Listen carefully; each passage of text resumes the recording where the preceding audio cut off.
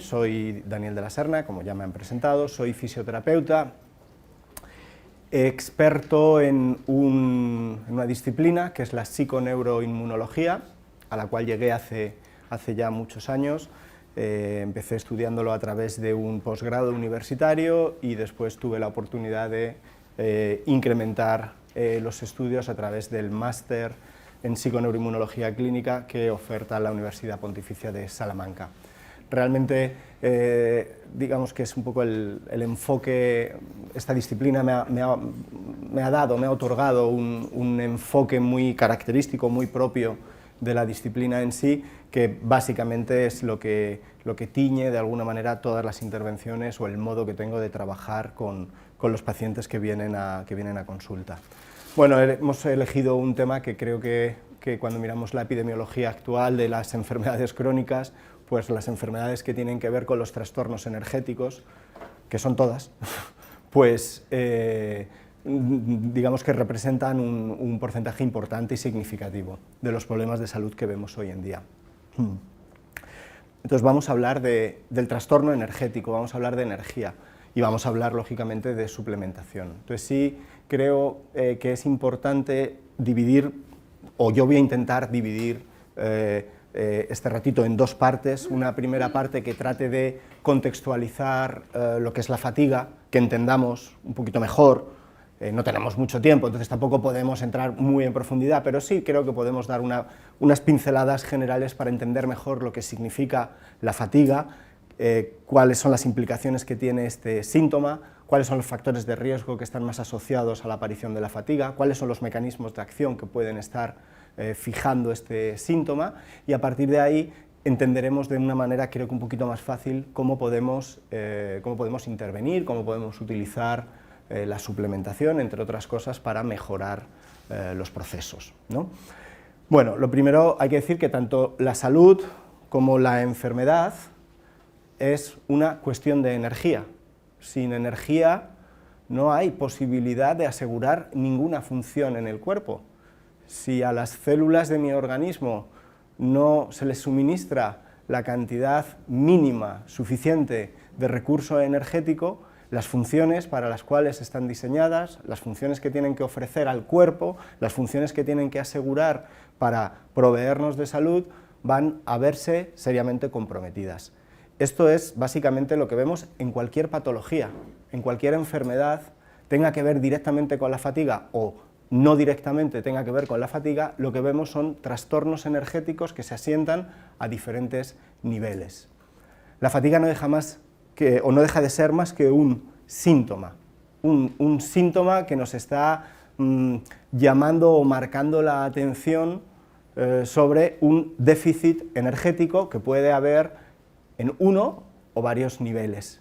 Y es una llamada de atención que veremos que además tiene un sentido, porque durante mucho tiempo se pensó que la fatiga era un síntoma que nacía en la periferia, se expresaba en la periferia y llegaba al cerebro, y entonces el cerebro daba la señal de alarma. Hoy en día sabemos que esto no es así. Hoy sabemos que la fatiga es un síntoma central, es un síntoma que lo genera el cerebro y que es un síntoma que tiene un sentido que vamos a ver que es fundamentalmente de protección.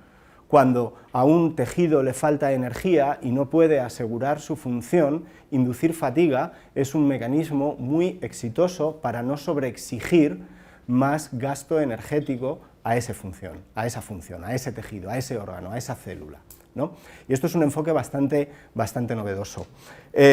Decíamos, la salud. Bueno, la salud tiene que ver con mi capacidad para repartir energía.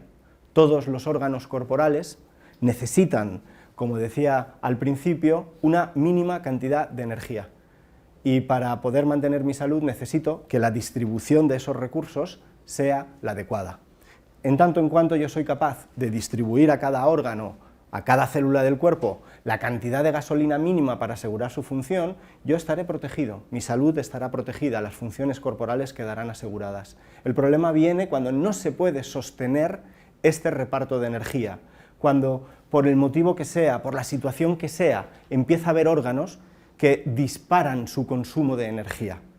En estas situaciones el cuerpo tiene que dar respuestas adaptativas, y puesto que todos estamos limitados en esa capacidad de reparto energético que tenemos por un metabolismo basal, cuando empieza a haber un órgano, un tejido que demanda más energía, ese exceso de energía terminará saliendo de la energía que le tendremos que robar a otro órgano para poder ofrecérsela al que está dominando. En este sentido, lo que vamos viendo es que todas las personas van, una vez que entran en este cuadro, en esta situación, en estos procesos, van desarrollando síntomas. Síntomas que algunos tienen que ver con un exceso de actividad en unos tejidos y síntomas que tienen que ver con carencia de actividad y de función en unos tejidos.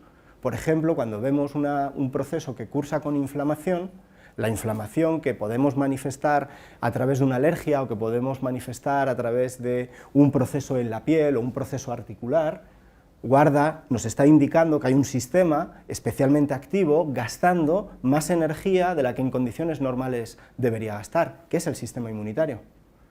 ¿Durante cuánto tiempo podemos invertir esa cantidad extra de energía en un sistema sin que eso suponga un problema para algún otro tejido?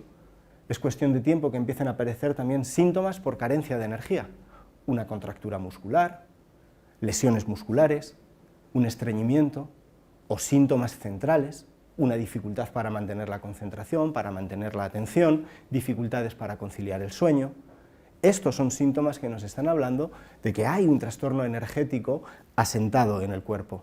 Cuando hablo de energía, hablo de una cosa muy concreta, no estoy hablando de elementos difíciles de definir, estoy hablando de una molécula concreta que se llama ATP, adenosín trifosfato. Ese es el sustrato único que el cuerpo puede utilizar como fuente de energía. Es decir, que para que cualquier órgano o tejido pueda desarrollar su función, necesita proveerse de la cantidad suficiente de esta molécula, ATP, adenosina trifosfato. Y esto hay que generarlo. Esto es algo que no viene regalado. Nosotros tenemos la capacidad, todas las células de nuestro cuerpo tienen la capacidad de producirlo. Y para producirlo hacen falta precursores. Estos precursores tienen que ser transformados a través de diferentes rutas metabólicas, a través de diferentes rutas bioquímicas, en el único sustrato que al final se utiliza como fuente de energía o como gasolina, que es el ATP. Una vez que el tejido tiene ATP, se puede romper esa molécula. Y en el mecanismo, en el proceso de rotura de esa molécula, se libera energía, que es la que es utilizada por el tejido para desarrollar su función. Una característica que tenemos los seres humanos cuando nos comparamos con cualquier otro animal, con cualquier otro primate especialmente, es que somos extraordinariamente buenos reciclando energía. Esto es básico para entender la fisiología del cuerpo.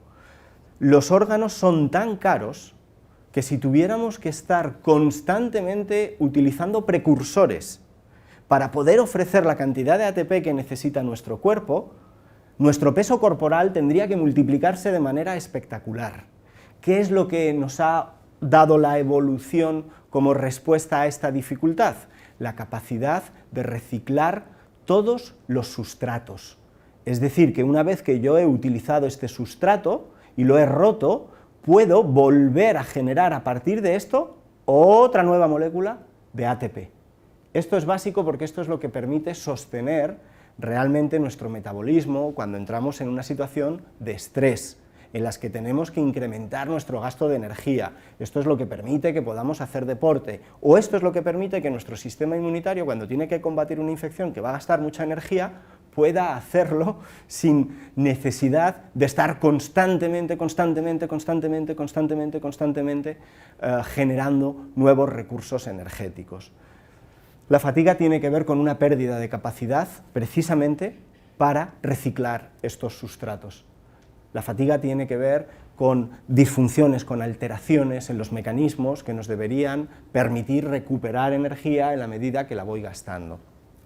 Y decía que al final la salud tiene que ver con la flexibilidad metabólica que tenemos, con la capacidad de ofrecer a cada tejido la cantidad de energía que necesita.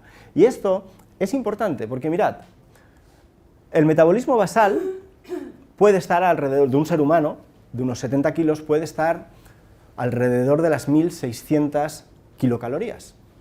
Un poco más, un poco menos, pero por ahí nos vamos a mover la mayoría.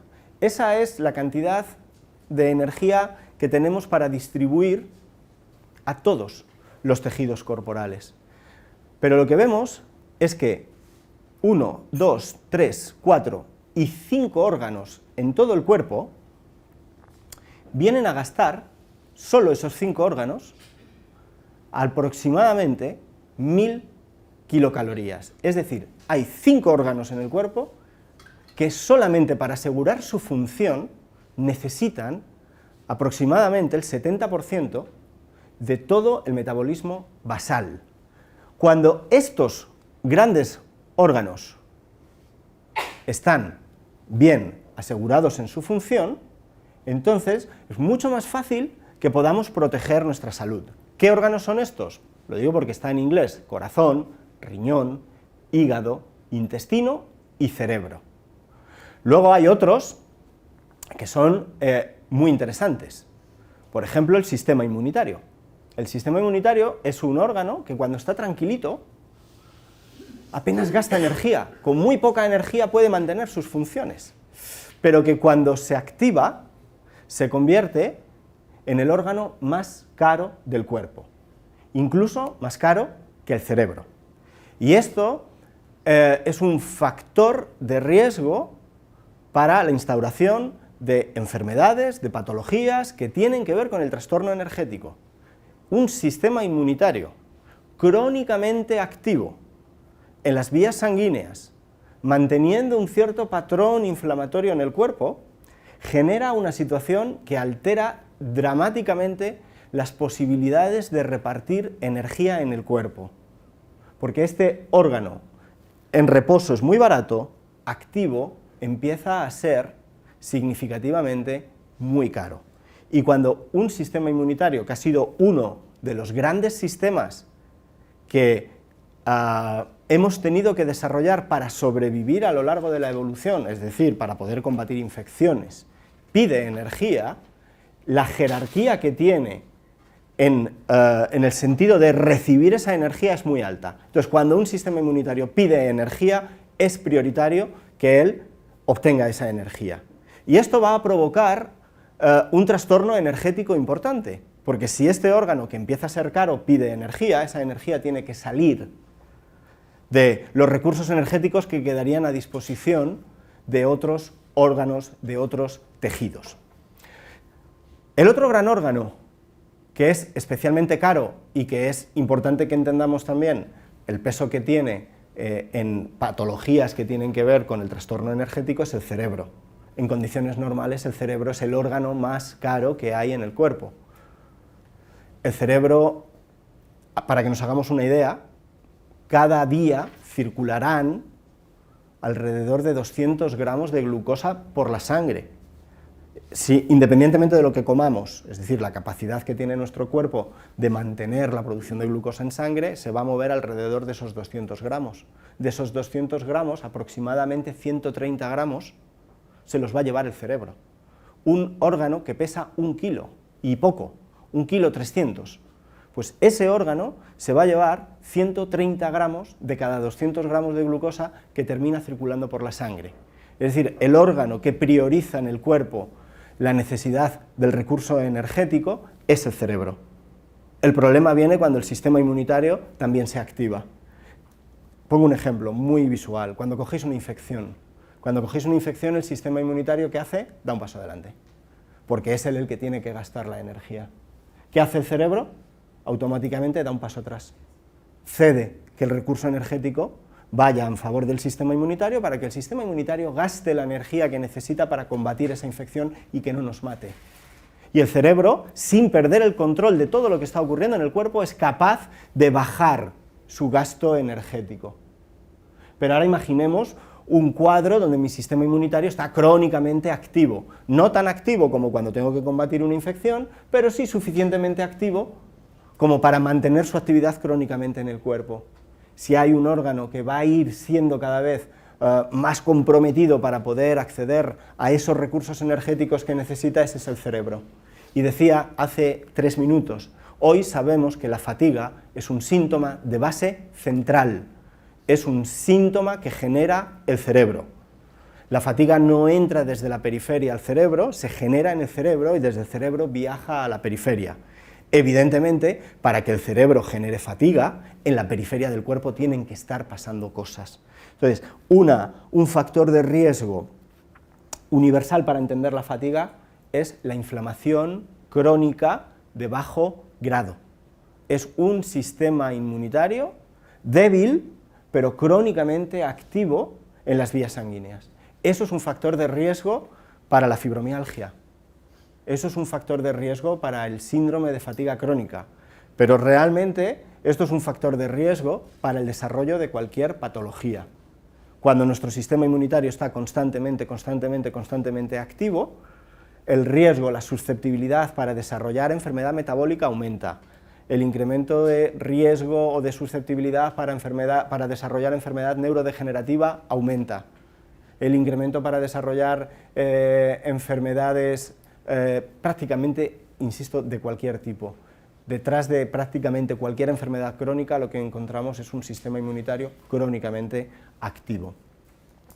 Decíamos antes, por cada 24 horas, cada 200 gramos de glucosa que circularán por sangre, aproximadamente 135 gramos son para el cerebro. La glucosa es el principal, bueno, es uno de los grandes precursores de ATP. Antes decía, el ATP lo tiene que transformar, lo tiene que obtener, lo tiene que producir cada tejido, cada célula, y para eso hacen falta precursores. Bueno, la glucosa es el principal precursor.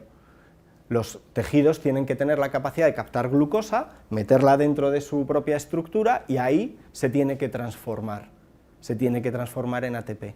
Si estos mecanismos de captación de glucosa, de transformación de la glucosa en ATP van bien, entonces el tejido obtendrá los recursos energéticos que necesita para hacer su función.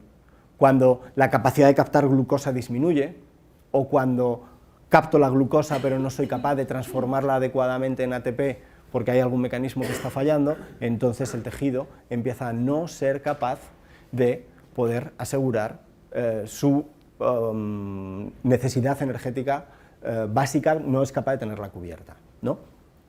¿Qué vemos? Que 135 gramos son para el cerebro, más o menos entre 5 y 7 gramos para el músculo, 3 gramos para el sistema inmunitario, y el resto se tiene que repartir entre todos los órganos o tejidos corporales.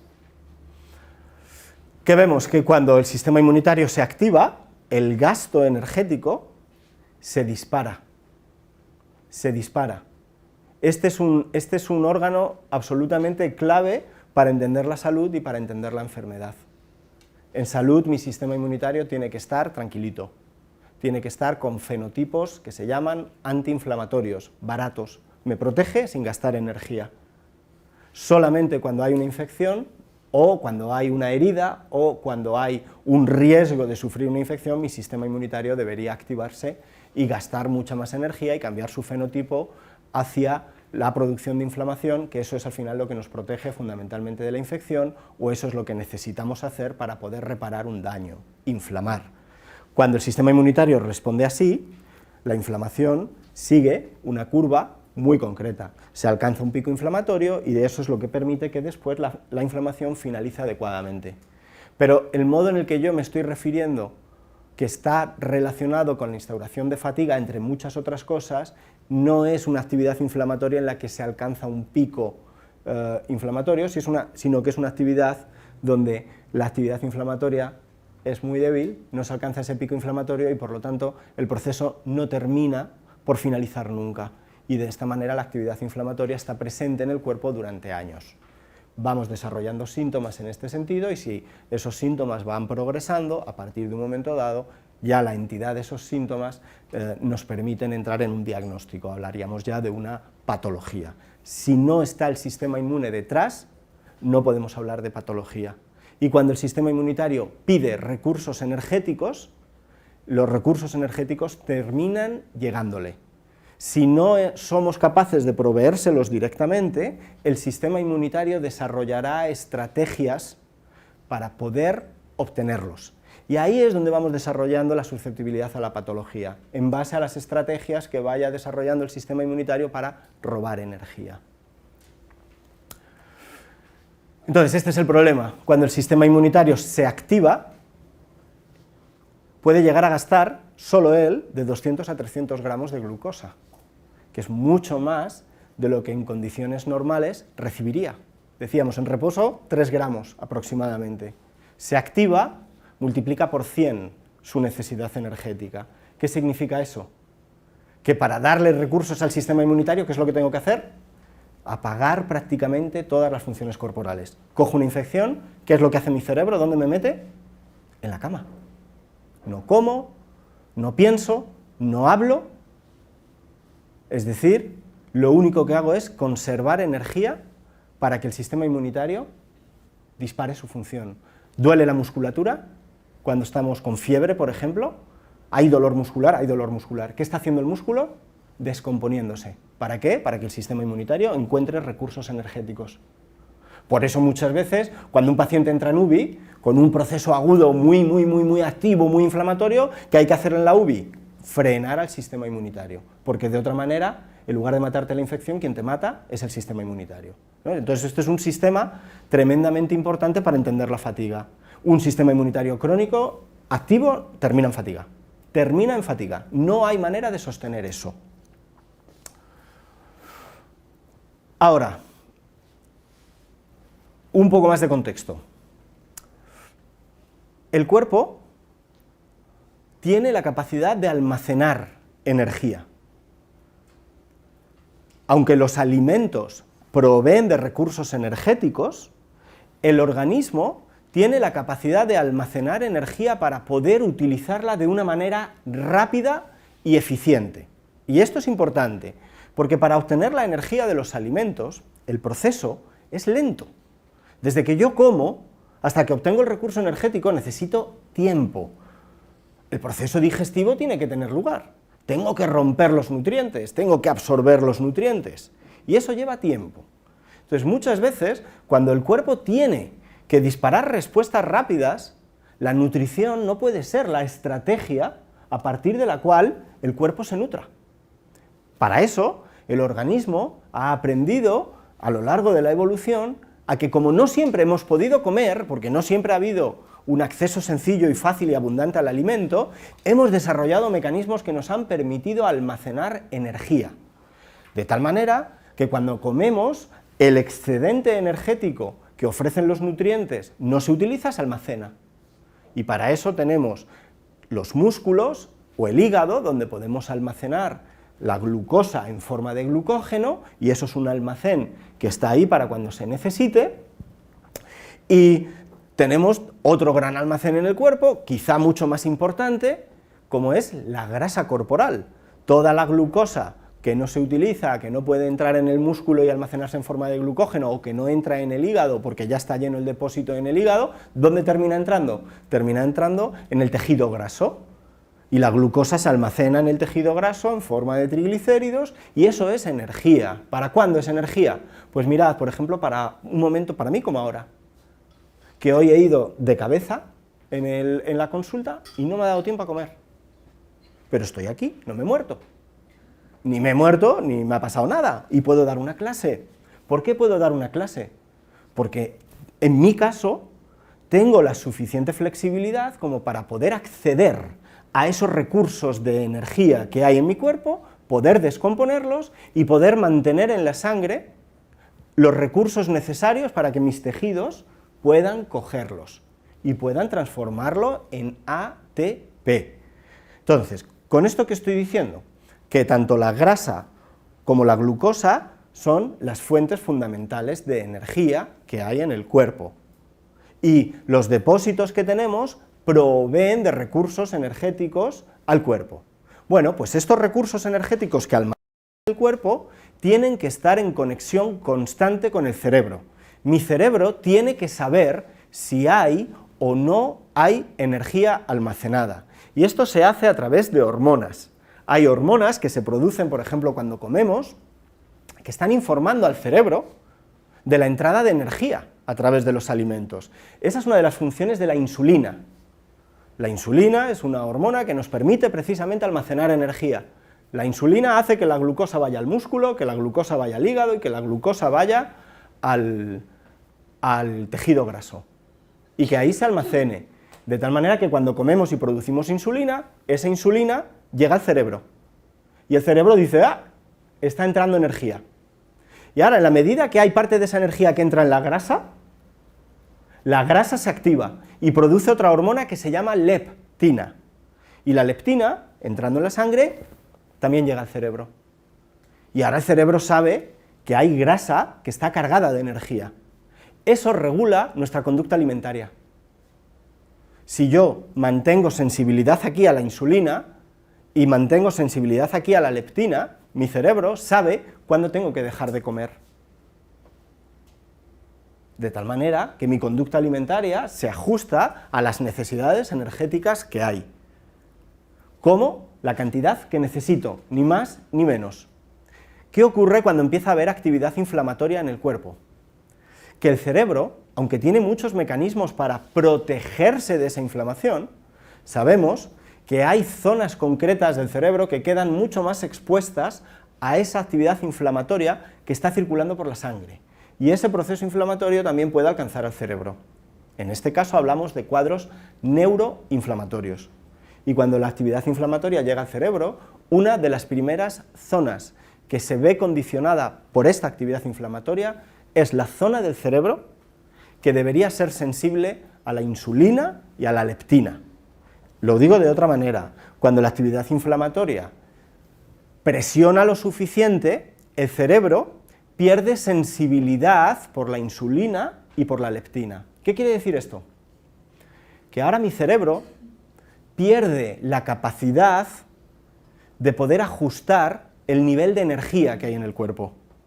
Si mi cerebro no sabe cuánta energía almacenada hay en mi cuerpo, seguramente será más difícil que mi cerebro me facilite desarrollar conductas de gasto de energía. ¿Se entiende esto? ¿Me seguís? Bueno, una conducta de gasto de energía es, por ejemplo, socializar. Socializar es caro, ¿eh? Muy caro.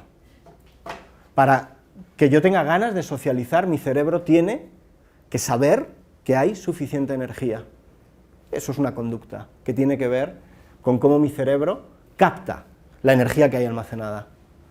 Por ejemplo, la fertilidad, muy cara, una función muy cara de sostener, especialmente importante y especialmente sensible en el caso de la mujer. Cuando el cerebro de una mujer pierde sensibilidad por estas hormonas, la fertilidad de la mujer tiende a bajar. ¿Por qué? Porque un embarazo es una situación extremadamente cara. Si mi cerebro no percata que hay suficiente energía, empezamos a ver que esa pérdida de sensibilidad a la insulina y a la leptina termina impactando también en la producción de hormonas sexuales que regulan, por ejemplo, la fertilidad. O las ganas de hacer deporte. Todos sabemos que hacer deporte es bueno, todos lo sabemos. Pero muchos de nosotros, aun sabiéndolo, no nos movemos. Y no nos movemos muchas veces porque nuestro cerebro no nos facilita que nos movamos. La fatiga también tiene que ver con esto. Tiene que ver con cómo gestiono periféricamente los recursos energéticos y cómo informo a mi cerebro sobre el estado de esos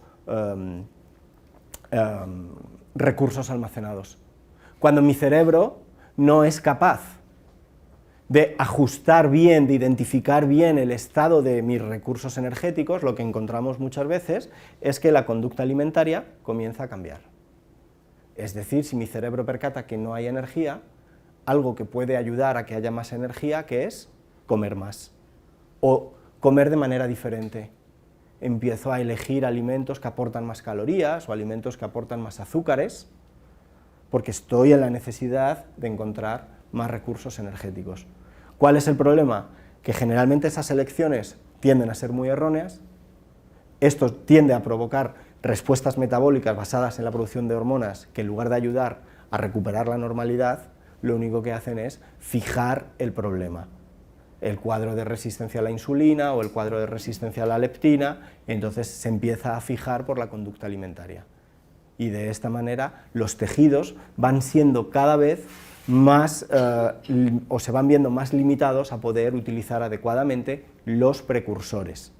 Para que mi cuerpo pueda utilizar los precursores, ¿qué es lo que tenemos que ser capaces de hacer? Utilizar los almacenes, descomponer los almacenes. Si no soy capaz de activar los mecanismos para descomponer los almacenes, es difícil que mis tejidos puedan mantener su función, si no es a base de estar comiendo continuamente. Y el problema de estar comiendo continuamente es que esa insulina que voy generando va sensibilizándome a almacenar cada vez más energía en forma de grasa. Y el problema con la grasa es que a partir de un momento dado es un factor que conecta con el sistema inmunitario. Entonces ahora la grasa, que empezó siendo un almacén de energía, se convierte en un señalizador inflamatorio. Ahora mi sistema inmunitario se activa porque la grasa está empezando a producir sustancias que lo activan. Entonces ahora, en lugar de mejorar el trasfondo energético, ¿qué es lo único que hago? Empeorarlo, mantenerlo. Porque a más actividad en la grasa corporal, más actividad en mi sistema inmunitario, más dificultades para poder repartir adecuadamente la energía, ¿no? Y esto es lo que vemos. Clásicamente, decíamos, los primeros modelos que trataban de explicar la fatiga ponían el foco de atención en la capacidad de desarrollar trabajo, por ejemplo, en la musculatura. Y cuando el músculo ya no era capaz de captar más glucosa, se pensaba que ahí empezaba la fatiga. La musculatura incluyendo el corazón. En aquellas situaciones en las que el corazón ya no era capaz de poder captar energía para bombear la sangre con más fuerza, se creía que ahí empezaba a aparecer la fatiga. Y este modelo, que evoluciona desde los años 20 prácticamente hasta hace muy poquito, lo que se ha ido es haciendo cada vez un poquito más complejo, y por supuesto que todo esto es cierto. En la medida que mi corazón no va siendo capaz de bombear más sangre para que a través de la sangre arterial los recursos lleguen a los tejidos, lógicamente los tejidos tienen que bajar su rendimiento. Pero el concepto novedoso es que se incorpora al cerebro como el ordenador central desde donde todo esto se controla. Todo pasa por el cerebro, todo pasa por el cerebro. De tal manera que desde la periferia corporal está entrando un montón de información, un montón de información. Y todo eso que está siendo captado periféricamente por el sistema nervioso está llegando al cerebro. Y el cerebro tiene la capacidad de integrar toda esa información y de generar síntomas. Hoy en día sabemos que el dolor y la fatiga, que muchas veces son dos síntomas que van unidos, la patología típica de esto que estoy hablando es la fibromialgia, fatiga y dolor generados juntos en el mismo cuadro, se genera en el cerebro. Duele el músculo, pero el problema no está en el músculo, el problema está en el cerebro. Y es el cerebro el que decide que eso tiene que doler, que ese mínimo daño que hay en el músculo tiene que ser traducido en forma de dolor. Lo mismo ocurre con la fatiga. Y esto tiene que ver, y esto es quizás, bueno, esto es básicamente, son las referencias de donde viene toda esta hipótesis que os estoy contando. Esto es relativamente novedoso, es una aportación relativamente novedosa, es del año 2015, de un grupo muy interesante de reumatólogos, que proponen que los síntomas que se sobreponen en cuadros de dolor, hipersensibilidad, fatiga, sueño poco reparador, disfunciones cognitivas, no son la consecuencia directa de la enfermedad, ni siquiera suponen un proceso patológico. Estos síntomas no son reactivos, sino más bien proactivos, y son generados con un propósito. Este propósito es el mismo que el de la fatiga crónica, que no es otro que el de promover conductas que protejan la supervivencia. Es decir, si tu nivel energético es malo, tu cerebro dice no te muevas. Y no hay nada mejor para no moverte que hacer que te sientas con fatiga. La fatiga te protege. Cuando hay fatiga es porque hay a algún nivel, algún trastorno energético. Por eso desarrollamos conductas de evitación cuando los niveles energéticos son malos. Por eso cuando hay poca energía aquí en el cerebro, no me apetece socializar. La libido se pierde. Entran pocas ganas de reír, no me gustan los sitios muy grandes donde hay muchos estímulos. Cuando hay muy poca energía aquí, lo que me gusta es estar en mi casa, con pocos estímulos y los pocos que hay controlados. y a poder ser comiendo, para mantener el nivel de energía. Ese síntoma se genera aquí, pero evidentemente tiene mucho que ver con lo que está pasando en la periferia del cuerpo, ¿no? Esto es lo que se conoce hoy, este es otro concepto también bastante novedoso, que se presenta realmente al cerebro como el auténtico gobernador de la salud. Cualquier proceso periférico es interpretado, es integrado en el cerebro y el cerebro decide si eso que está pasando en la periferia es susceptible de generar un síntoma o no. Y eso lo marca también el contexto. Lo que en un contexto puede resultar doloroso, en un contexto diferente puede no resultarlo. Si yo aquí me tuerzo el tobillo, puede ser que mi cerebro decida que esa lesión en este contexto tiene que provocar dolor. Pero si yo estoy en África, tratando de huir de un león y me tuerzo el tobillo, misma lesión, puede ser que mi cerebro decida que en ese momento eso no tiene que generar dolor. ¿Me explico? Lo mismo ocurre con la fatiga. El contexto determina si lo que está pasando en la periferia del cuerpo tiene o no que generar fatiga. Es bastante interesante. Y lo que sabemos que está detrás de la fatiga, porque esto sabemos que va por vías neurológicas diferentes, es la aparición de acidosis en los tejidos. Es cuando los tejidos se vuelven ácidos, cuando el pH de los tejidos empieza a caer, todos los tejidos se llenan de receptores que miden esa acidosis. Y cuando estos receptores, que se llaman ASIC, se disparan, eso genera un arco reflejo que llega al cerebro. Y ahora el cerebro sabe que hay órganos y tejidos que están en estado de acidosis. Eso es lo que genera la fatiga. Ahora el cerebro dice, ahora hay que inducir fatiga, porque ese tejido no puede seguir funcionando. Si sigue funcionando ese tejido se rompe. Imaginaros un corazón, o imaginaros un hígado, o un riñón, o un intestino, o el propio cerebro. En esas situaciones, la fatiga baja el nivel de revoluciones en las que funciona ese órgano. Y eso tiene que ver con acidosis. Tiene que ver con hidrógeno, con protones que se acumulan en el tejido. Y esa acidosis se conecta directamente con el órgano más importante para asegurar los niveles de energía, que son las mitocondrias. ¿Os suenan las mitocondrias? Las mitocondrias son bacterias, y son bacterias que hace muchos millones de años que decidieron que el mejor sitio para vivir iba a ser nuestro cuerpo. Y nosotros dijimos, puede ser interesante que vivas en nuestro cuerpo. Estas bacterias necesitaban protección, porque todas las bacterias sufren mucho cuando desde el exterior se oxidan. La bacteria fue lista y dijo, si tú me proteges y me dejas estar dentro de tus tejidos, yo tengo más probabilidades de sobrevivir. Y nosotros dijimos, ¿y tú qué puedes hacer por nosotros a cambio? Y dijo, pues mirad, yo os puedo proveer de ATP, de tal manera que la mitocondria, en la relación que establece con nuestro cuerpo, es el ejemplo típico que se utiliza para entender lo que es una relación simbiótica. Yo te protejo y tú me ofreces energía. Entonces, todo este mecanismo para producir energía se asienta en la mitocondria. Mientras que mis mitocondrias funcionan, yo estoy en disposición de poder obtener ATP. Pero cuando mis mitocondrias dejan de funcionar, la producción de ATP no se hace en la mitocondria, se hace en el citoplasma de la célula. Y eso provoca la caída del pH en el tejido. Luego, la fatiga tiene que ver con carencia de actividad mitocondrial. Y vamos a ver que algunos suplementos se utilizan precisamente para activar otra vez a las mitocondrias. Una persona con fatiga, un paciente con fatiga, le falta actividad mitocondrial, le faltan mitocondrias, porque todos los tejidos necesitan mitocondrias. Y esto es lo que ocurre cuando un tejido, esto es un tejido normal, sin lesión ninguna, esto es un tejido que está sometido a una carencia de oxígeno, donde las mitocondrias no pueden funcionar y no se pueden mantener. Mirad lo que ocurre.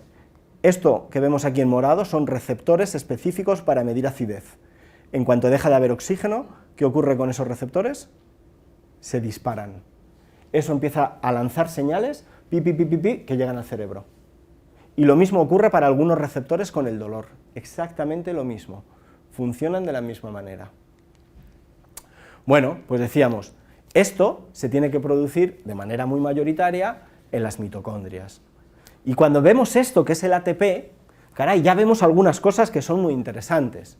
Esta es la estructura del ATP, tiene dos partes.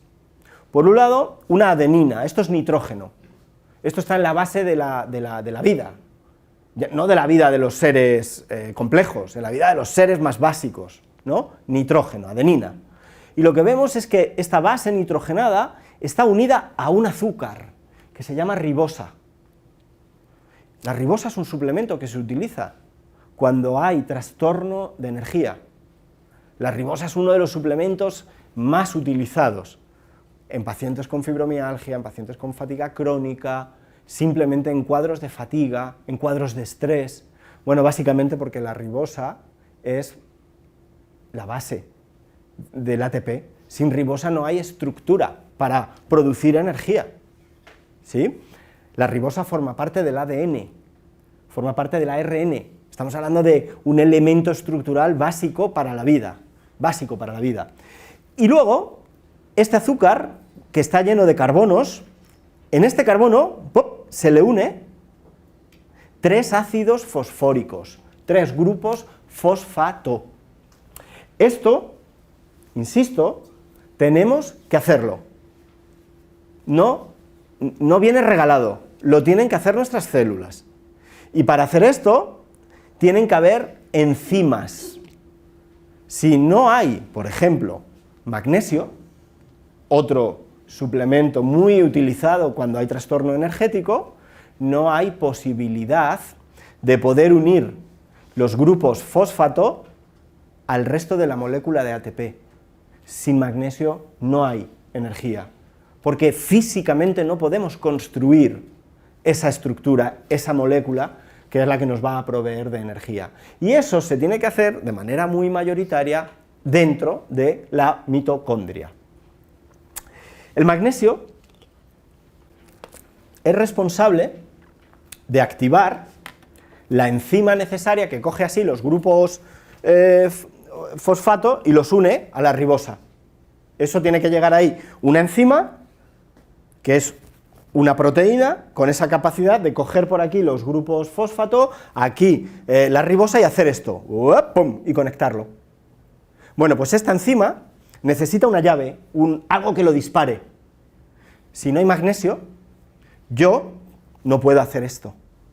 Entonces el magnesio dispara a la enzima responsable de construir estas moléculas de ATP. El magnesio se almacena en el cuerpo, todos tenemos alrededor de 20-25 gramos de magnesio almacenado en el cuerpo. Los huesos son el gran almacén de magnesio. Quiero decir que si hay carencias de magnesio, el cuerpo puede sacar el magnesio de los almacenes. Aproximadamente el 60% del magnesio lo tenemos metido en el hueso, el 20% del magnesio en el músculo. Luego son dos buenas reservas de magnesio.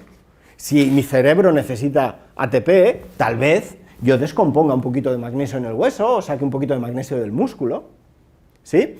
El magnesio no se encuentra de manera prioritaria o mayoritaria circulando por la sangre. El magnesio se almacena en los tejidos, está dentro de los tejidos. De tal manera que muchas veces cuando pedimos una determinación en sangre de magnesio y vemos que el magnesio en la sangre está bien, bueno, eso es poco fiable, porque el magnesio en la sangre se tiene que mover siempre en unos rangos muy pequeños, de tal manera que cuando hay una carencia de magnesio en la sangre es posible que estemos sacando el magnesio de algún lado para mantenerlo estable en sangre. El magnesio, para que sea fiable, se tiene que medir en algún tejido. La célula donde se mide por excelencia es el glóbulo rojo.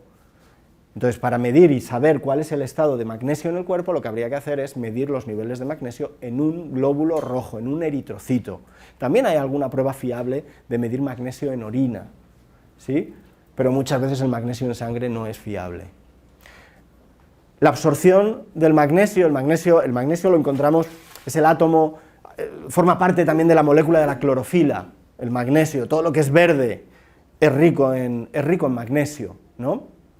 Pero el magnesio no se absorbe con facilidad, tiene que atravesar el intestino y utiliza transportadores, necesita algunos canales para que pueda pasar del intestino hacia el interior del cuerpo, y el magnesio compite con otros minerales, lo cual hace que muchas veces, o que se adhiera a otras sustancias, y hace que esto a veces dificulte el proceso de absorción.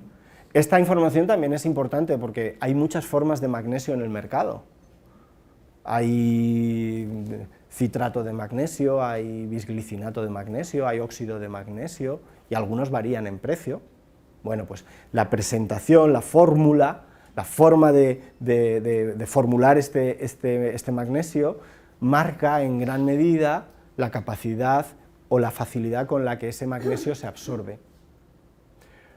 Hay algunas formas de magnesio no orgánicas, el óxido, por ejemplo, de magnesio, que se absorben muy mal, muy mal. ¿Por qué? Porque ese magnesio va a utilizar canales iónicos por los que va a haber un montón de competencia con otros minerales para absorber. Generalmente hay que utilizar algunas formas orgánicas de magnesio, que son las que se facilitan su absorción. Las formas orgánicas de magnesio suelen ser quelatos de magnesio, son sales de magnesio. Magnesio que suele estar unido a aminoácidos. Un citrato de magnesio, un bisglicinato de magnesio, porque en esas formulaciones el magnesio va unido a aminoácidos, y esto hace que el magnesio pueda absorberse no a través de estos canales iónicos, sino a través de los canales dipeptídicos por donde entran los aminoácidos. Y ahí hay mucha menos competencia. Entonces, si queremos incrementar la disponibilidad de magnesio en el cuerpo, lo que deberíamos hacer es dar alguna formulación que aporte este tipo de presentaciones. ¿Qué opinas del cloruro de magnesio? Cloruro de magnesio. No muy buena. El cloruro de magnesio. No muy buena. Cloruro de magnesio.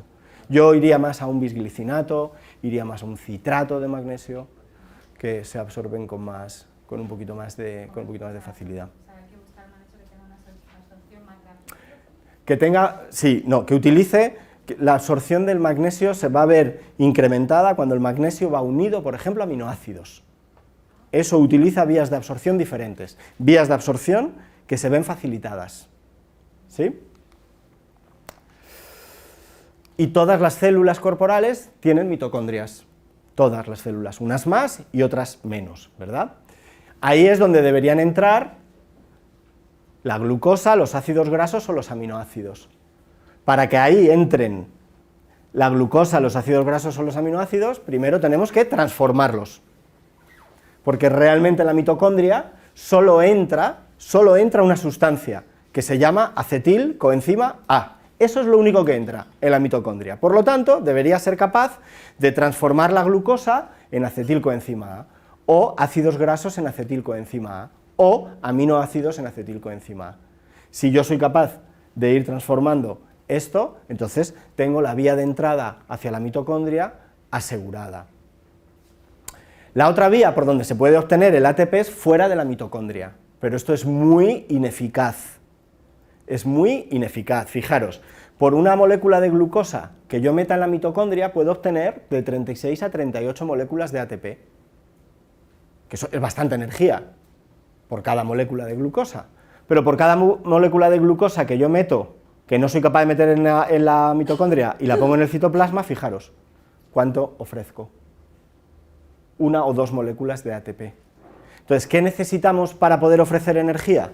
Necesitamos que haya mitocondrias. Es lo primero, que haya mitocondrias, porque ahí es donde hay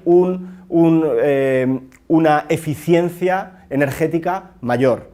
¿Qué ventaja me da también la mitocondria? Que puedo meter grasas. Y fijaros, por cada grasa que meto, ¿cuántas moléculas de ATP puedo llegar a obtener?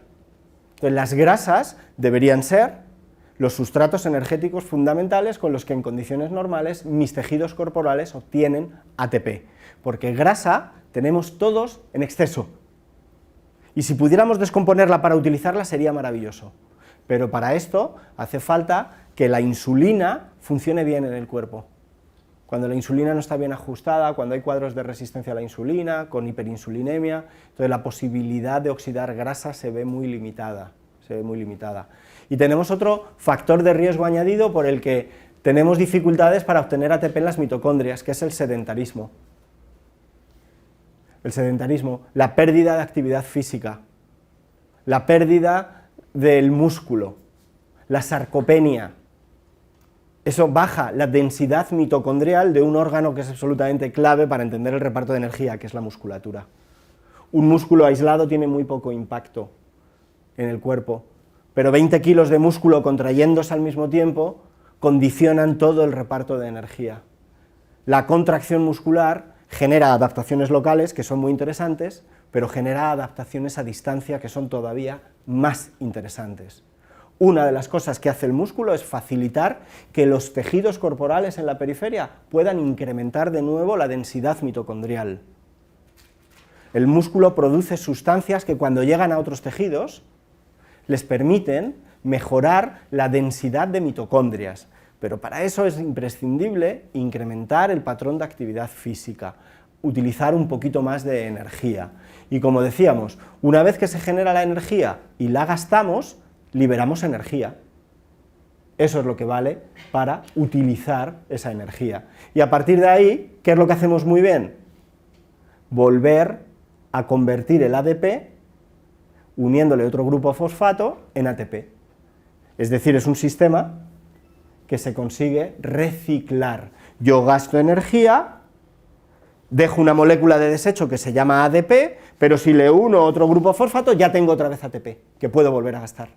Entonces la clave está en dónde sale esto, y eso sale de las mitocondrias, tiene que salir de las mitocondrias. Por eso, cuando no hay densidad mitocondrial, cuando mis mitocondrias no funcionan bien, lo que no puedo hacer es recuperar energía de una manera eficiente. Y cuando no recupero energía de una manera eficiente, ese ATP se va descomponiendo en otras moléculas, como el AMP, que termina, es un precursor que termina en sustancias tóxicas para el cuerpo. Cuando yo no reciclo ATP y no soy capaz de reconvertir esta sustancia otra vez en ATP, esto se va descomponiendo. Bueno, pues eso termina en ácido úrico y en amoníaco, que son sustancias tóxicas para el cuerpo. Entonces, mitocondrias es salud. ¿Qué otra cosa es imprescindible para mantener los niveles y la funcionalidad de energía en el cuerpo, que también es otro suplemento muy utilizado? Bueno, hemos visto la ribosa, que se puede utilizar como suplemento, hemos visto el magnesio, la coenzima Q10, el ubiquinol. El ubiquinol cumple muchas funciones. Lo primero es que da protección a la mitocondria, y lo segundo es que es la coenzima más importante en la última parte del metabolismo mitocondrial. El metabolismo mitocondrial, es decir, todo ese proceso de transformación del sustrato en ATP, se va haciendo en diferentes estadios. La gran parte de la energía va a salir en el último estadio. Serían tres pasos diferentes, que van perfectamente enlazados en la mitocondria. En la última parte, la fosforilación oxidativa, que depende de la cadena de transporte de electrones, que son mecanismos muy importantes en la mitocondria, de ahí va a salir la mayor cantidad de ATP. Es en la parte final del proceso. Bueno, pues sin ubiquinol, ubiquinona, sin coenzima Q10, no hay posibilidad de ensamblar adecuadamente las moléculas de ATP para que vayan saliendo de la mitocondria. Entonces, muchas veces otro suplemento que vamos a utilizar o que se puede utilizar o que vais a ver a gente que lo utiliza en trastornos energéticos es la coenzima Q10. Que esta coenzima Q10 es una sustancia liposoluble, es un tipo de grasa, y es una grasa que la produce también el cuerpo, pero es una grasa que se produce en un estado oxidado, y que para que adquiera su capacidad activa de funcionar como un protector mitocondrial, hace falta reducirlo. Entonces hablamos de ubiquinona o hablamos de ubiquinol, Y podemos encontrar suplementos de las dos maneras, ubiquinona y ubiquinol, coenzima Q10 y ubiquinol. Cuando lo damos así, este paso ya lo hemos saltado, es un bypass. Entonces, cuando hay trastornos energéticos importantes, ayudemos al cuerpo, utilicemos la forma ya reducida, demos el ubiquinol, que además la dosis para generar el efecto es menor. ¿Sí? El ubiquinol, directamente, ubiquinol. Eso es especialmente importante, por ejemplo, en pacientes que están tomando estatinas, porque una de las cosas que hacen las estatinas, el mecanismo, o sea, el medicamento que se utiliza para bajar la producción de colesterol, es bloquear toda esta vía. Esta es la vía que se llama del mevalonato.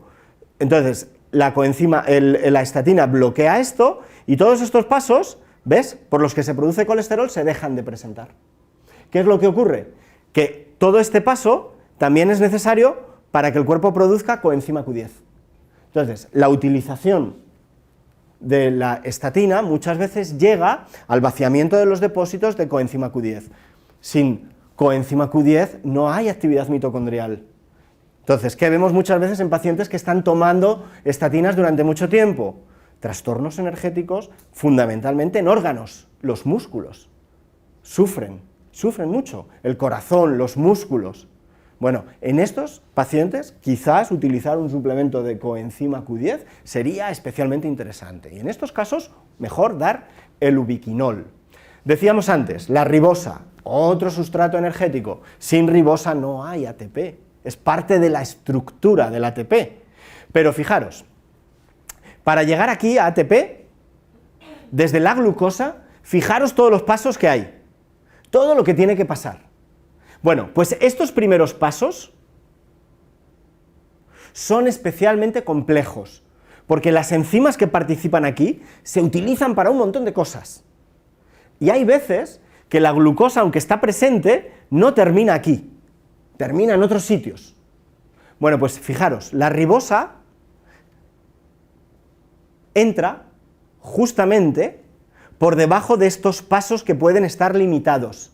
Es una forma de generar un bypass para que haya ATP. Entonces es otro suplemento que se utiliza con muchísima frecuencia, la ribosa como fuente de energía, y se utilizan dosis que pueden llegar hasta los 15 gramos al día. Hay estudios muy interesantes hechos con pacientes con fibromialgia, donde se utilizan hasta 15 gramos de ribosa al día.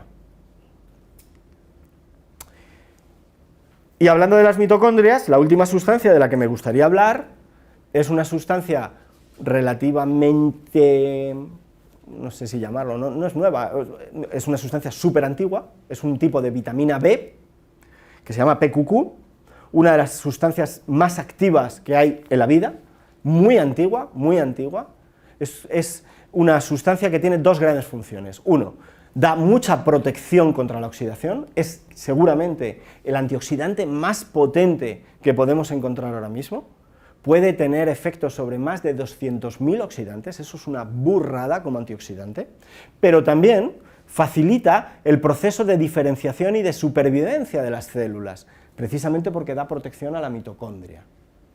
PQQ se encuentra también en algunos alimentos, pimiento verde, kiwi, papaya, perejil, té verde, pero la mayor parte del PQQ se debería producir en el intestino. Son las bacterias de nuestra microbiota las que deberían proveernos de PQQ.